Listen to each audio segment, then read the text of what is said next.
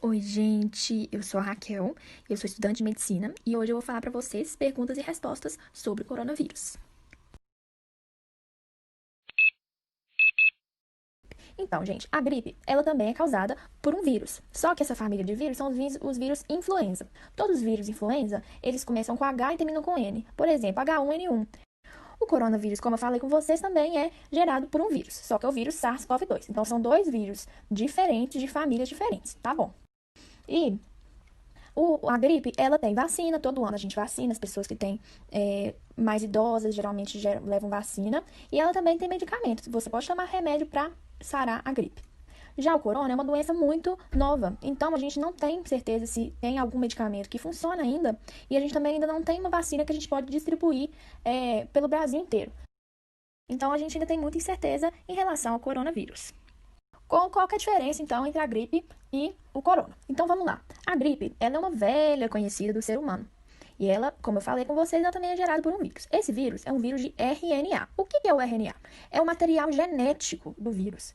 O material genético é aquilo que controla a nossa célula. É como se fosse o cérebro da célula, o cérebro do vírus. Tanto as nossas células têm material genético quanto os vírus. E aí ele que comanda, então, toda a célula e faz proteínas, diversas proteínas que vão gerar o funcionamento do vírus, vão gerar a multiplicação e também vão dar energia para o vírus. Então, o RNA é tudo aquilo que controla o vírus. O ser humano, ele tem material genético também. A gente é dividido todo em células. Nosso corpo é repleto de células. E as células do nosso corpo são de DNA, não de RNA. O que tem a ver isso, então? Por que eu estou falando disso? É que o RNA do vírus da gripe, ele sofre muitas mutações, ou seja, ele está sempre mudando. E aí, então, todo ano a gente tem que tomar vacina de novo. Por quê? Porque a vacina já não serve mais porque era contra o vírus que já mudou, né? Então, um vírus da gripe fica diferente. O verdinho ficou vermelhinho aí, né? E aí, o vírus pode infectar a gente de novo e deixar a gente doente de novo. Porque a proteção que a gente criou contra o vírus de antes, agora já não serve mais porque ele mudou. Então, a gente pega uma gripe uma vez e aí a gente gera uma imunidade contra ela, uma defesa. Nosso corpo gera uma defesa contra aquela doença, contra aquele vírus. Então, a gente vai produzir células de memória, que elas vão lembrar daquele vírus aí, e toda vez que o vírus atacar nosso corpo, as células de memória vão lá e atacam aquele vírus, produzindo anticorpos que vão defender nosso corpo. Então tá. Mas aí, se a célula sofreu mutação e o vírus agora está diferente, a gente não vai ter imunidade, certo?